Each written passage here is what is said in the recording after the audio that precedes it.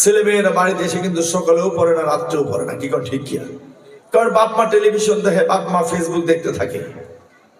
ওই ছেলেকে আগের বাপ মা সন্ধ্যার পরেই দেখবেন যে বাবা মা ভাই বোন পড়ার টেবিলে বসে যেত, আর বাপ মা দেখবেন যে সরোয়া সরেয়া ABCD 1 2 3 কি এই সমস্ত পড়াতো।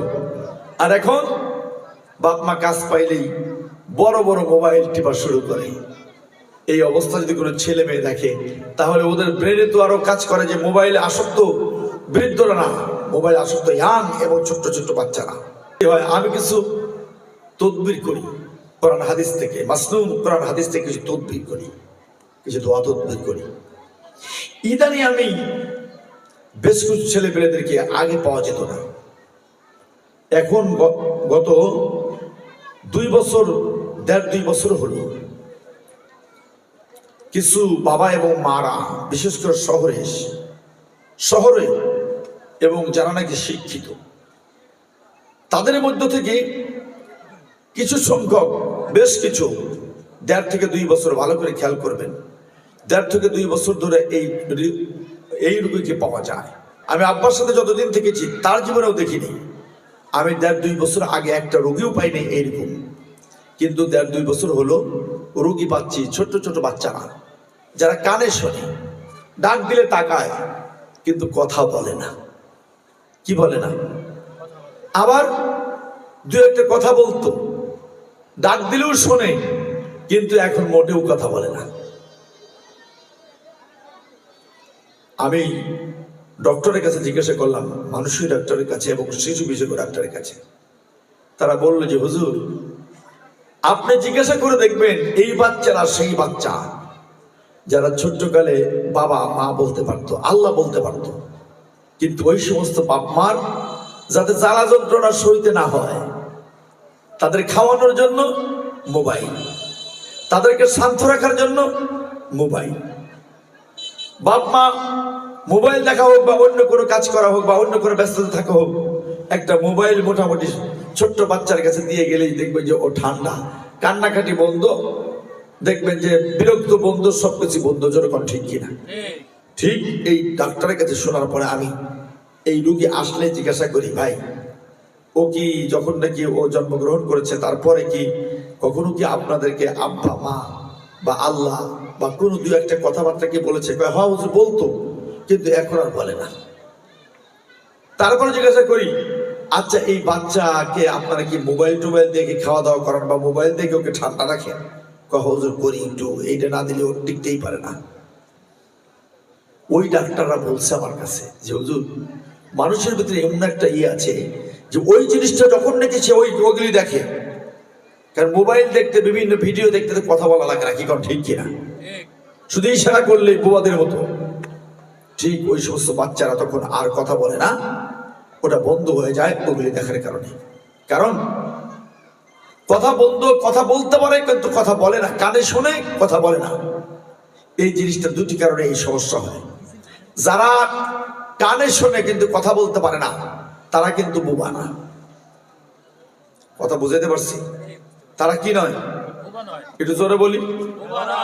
কানে যদি শোনে, কথা বলতে পারে না, তারা বোবা নয়। তারা হয়তো জিনে তাকে জবান বন্ধ করে রেখেছে, অথবা অতিরিক্ত মোবাইল ছোটকালে দেখার কারণে তার জবানটা বন্ধ হয়ে গেছে, কথা বলার অভ্যস্ত নেই। আর যারা কথাও বলতে পারে না, কানেও শোনে না, তারা অরিজিনাল একেবারে কি বোবা, বধির, এবং কানে শুনবে না। বোবারা কখনো কানে শোনে না। এই জন্য আজকে দেখেন না করে এই বাচ্চাদেরকে আপনি যেমনি করে গঠন করবেন, সেভাবেই তারা কিন্তু বড় হবে। আজকে বাপ মা কিন্তু সন্ধ্যার পরে সময় দেয় না সন্তানকে, সকালের সময় দেয় না। কিন্তু ইসলামিক কিন্ডারগার্টেন এমন একটা প্রতিষ্ঠান, যেই প্রতিষ্ঠানে যদি ছোট্ট ছোট্ট বাচ্চাকে যদি পড়ানো হয়, তাহলে তারা কিন্তু ওই ক্লাস থেকেই উস্তাদরা তাদেরকে মুখস্থ করিয়ে দেয়। জোরে কর ঠিক কিনা? আরো জোরে বল ঠিক কিনা? এই জন্য যেহেতু ডিসেম্বরে, আজকে হচ্ছে 19শে ডিসেম্বর, এই 19শে ডিসেম্বর রোজ শুক্রবার, জানুয়ারির 1 তারিখ থেকে ক্লাস শুরু হবে। আপনারা এখানে যারা আছেন, আপনাদের বন্ধু বান্ধব, এলাকাবাসী যারা আছে, আমার বাবাজি হাফেজ কারি রেদাওয়ান আহমেদ যুগ উপযোগী একটা ব্যবস্থা গ্রহণ করেছে। ইসলামিক কিন্ডারগার্টেন এই এলাকায় বড় প্রয়োজন। Success coaching academy, Yasin Bhandari master ছাত্র, আমার ছাত্র, ও একটা প্রতিষ্ঠান করেছে। খারাপ না ভালো? এটা ছেলেবেলে উপকার হয় কিনা? হয় না? ঠিক এইরকম ভাবে রেদওয়ানের পাশে যদি আপনারা থাকেন, আপনাদের সন্তানদেরকে দেন, তাহলে দেখবেন যে হাফেজ কাজী রেদওয়ান আহমেদ ও দেখবেন যে আপনাদের ছোট্ট ছোট্ট বাচ্চাদেরকে মোবাইল থেকে মুক্ত করে, জ্বালা যন্ত্রণাকে মুক্ত করে দেখবেন যে তাদেরকে মোটামুটি ইসলামিক কিন্ডারগার্টেনে চট্টগ্রামের বোর্ডের অধীনে যে সিলেবাস আছে এবং ওখান থেকে প্রশিক্ষণ নিয়ে যে শিক্ষকদেরকে তৈরি করে এখানে ছাত্রদেরকে গঠন করার জন্য দেওয়া হয়, তারা দেখবেন যে এই শ্রম দিয়ে আপনার ছেলে, আপনার মেয়ে, আপনার নাতি, আপনার পাড়া প্রতিবেশী তাদেরকে একটা সুন্দর শিক্ষিত এবং আদর্শবান একটা সন্তান তৈরি করে দেবে। জনগণ ঠিক কিনা? এই জন্য আমি আপনাদেরকে বলবো, আপনারা সার্বিকভাবে আপনাদের সন্তানদেরকে দিবেন, এই প্রতিষ্ঠানে আসবেন, সহযোগিতা করবেন। আমার অনেক মা বোনেরা পর্দার অন্তরালে প্যান্ডেলের ভিতরে আছেন, আপনাদের কাছেও একই কথা। আপনারা যদি আপনাদের সন্তানদেরকে, সবচেয়ে বড় সম্পদ একটা বাপ মার, সন্তানের চাইতে বড় সম্পদ, ছেলে মেয়ের চাইতে বড় সম্পদ আর পৃথিবীতে কিচ্ছু নাই। এই ছেলে মেয়েকে যদি আদর্শবান করে গড়ে তোলেন, এই ছেলে মেয়েকে যদি চরিত্রবান করে গড়ে তুলতে চান, তাহলে আল্লাহর বান্দাদেরকে আল্লাহর ঐশী মানে কোরআন দিয়ে তাদেরকে সুন্দর করতে হবে। যখন ঠিক কিনা? কারণ আপনার ছেলে কিভাবে তৈরি করতে হবে আপনি সবচেয়ে ভালো জানেন। ঠিক আমাদেরকে সৃষ্টি করেছেন আমার আল্লাহ, আর আল্লাহ জানেন এই বান্দারা সুন্দর এবং ভালো থাকবে কি সে দরকার, ঠিক কিনা? এই জন্য তিনি দীর্ঘ 23 বছর যাবত পবিত্র কোরআন কারীম নাজিল করে দিয়েছেন, যেটা মানুষের জন্য কি করতে হবে, কি করতে হবে না, কি করা লাগবে, কি করা লাগবে না, কি আমার জন্য ভালো হবে, কি আমার জন্য মন্দ হবে। তিবিয়ানাল লিকুল্লি শাই, পুঙ্খানুপুঙ্খরূপে সব আমাকে আপনাকে সৃষ্টি করে তার কালাম নাজিলের মাধ্যমে আমাকে আপনাকে জানিয়ে দিয়েছেন। এটা হচ্ছে আমার আপনার জন্য ক্যাটালগ। আল্লাহ রাব্বুল আলামিন জানিয়ে দিয়েছেন যে কোনটা করা লাগবে, কোনটা করা লাগবে না। মানুষ যখন কোরআন আর হাদিস কেন্দ্রিক মেনে চলবে, তখন দেখবেন আল্লাহর পক্ষ থেকে এই মানুষের কল্যাণ হবে এবং ভালো হবে। জোরে ঠিক কিনা? কারণ আমরা হচ্ছে সীমাবদ্ধ জ্ঞানের অধিকারী, আর আল্লাহ হচ্ছেন অসীম জ্ঞানের অধিকারী। তিনি হচ্ছেন আমাদের স্রষ্টা, আর আমরা হচ্ছে সৃষ্টি। তিনি হচ্ছেন আমাদের মাবুদ, আর আমরা হচ্ছে তার কি? গোলাম। অতএব আপনার সন্তানদেরকে এই প্রতিষ্ঠানে ভর্তি করবেন। মা বোন যারা আছেন আপনাদের মেয়েদেরকেও এখানে, ছেলেদেরকেও এখানে ভর্তি করবেন। রব্বানা লা তুযিগ কুলুবানা বা'দা ইয হাদাইতানা ওয়া হাব লানা মিন লাদুনকা রাহমা ইন্নাকা আনতাল ওয়াহ্হাব রব্বিরহামহুমা কামা রাব্বায়ানি সগীরা। রব্বুল আলামিন, রহমতের নজরে তুমি তাকিয়ে দেখো আলেম ওলামাদেরকে নিয়ে, বৃদ্ধ বাবাদেরকে নিয়ে, বড় ভাই মাসুম বাচ্চাদেরকে নিয়ে, পর্দার অন্তরালে মা তুল্য মা বোনদেরকে নিয়ে। আল্লাহ, আমি গুনাহগার, ইসলামিক কিন্ডারগার্টেন উদ্বোধন উপলক্ষ করে এ হাফেজিয়া মাদ্রাসার আঙ্গিনায় আল্লাহ তোমার বান্দাদেরকে নিয়ে আমি কয়েক মর্তবা দুরূদ শরীফ পড়েছি, যা কিছু আলোচনা করেছি, যা সওয়াব দিয়ে থাকে এই সওয়াবটুকু নবীজির রওজা মুবারকে পৌঁছে দাও।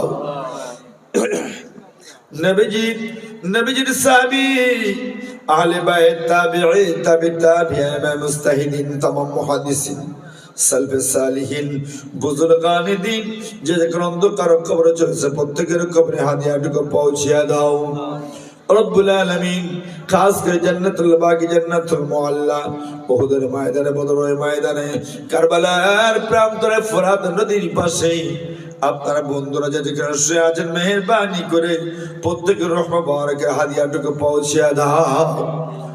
রব্বুল আলামিন, মেহেরবানি করে এই এলাকার ভিতরে, এই জেলার ভিতরে, এই বাংলার জমিনে যত ওলিয়া উলিয়া পীর মাশায়েখ তোমার মাহবুব বান্দা বান্দারা জিন এবং ইনসানের ভিতর থেকে এই দুনিয়া থেকে চলে গেছে, মেহেরবানি করে সকলের রহমত মুবারকের কবরে হাদিয়াটুকু পৌঁছিয়ে দাও।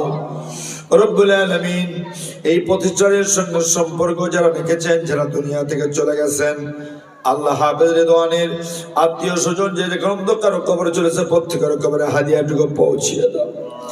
রব্বুল আলামিন ছাত্র গার্জিয়ান মা বোনেরা এবং দান দিয়ানকারী সহযোগিতাকারী আল্লাহ অভিভাবক যে যেখানে অন্ধকার কবরে চলেছে প্রত্যেকের কবরে হাদিয়াটুকু পৌঁছিয়ে দাও।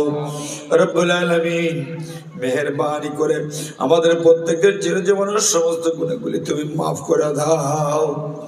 রব্বুল আলামিন ইসলামিক কিন্ডারগার্টেন নতুন ভাবে উদ্বোধন করা হলো, আল্লাহ তুমি কবুল করে নাও। আল্লাহ এই মাদ্রাসাকে তুমি কবুল করে নাও, যে আসবাব পত্র দেখার গায়েব থেকে তুমি সকল দান করে দাও। আল্লাহ তুমি রেদওয়ানের নেক মাকসাদ থেকে আশা পূরণ করে দাও। ওর বড় স্বপ্ন এই প্রতিষ্ঠানকে নিয়ে, আল্লাহ অল্প বয়স, আল্লাহ তোমার হাবিবের এই প্রতিষ্ঠান তুমি কবুল করো, তোমার প্রতিষ্ঠান তুমি কবুল করো। এর ভিতরে খায়ের বরকত, সব সমস্যার সমাধান তুমি করে দিও। যা দরকার তুমি গায়েব থেকে তুমি দান করো। এত এলাকার সকল ভাই বোনদেরকে আল্লাহ তুমি এর সঙ্গে সম্পৃক্ত থাকার তৌফিক দান করো। تقبل منا إنك أنت السميع العليم وتب علينا يا مولانا إنك أنت التواب الرحيم. سبحان ربك رب العزة عما يصفون وسلام على المرسلين والحمد لله رب العالمين.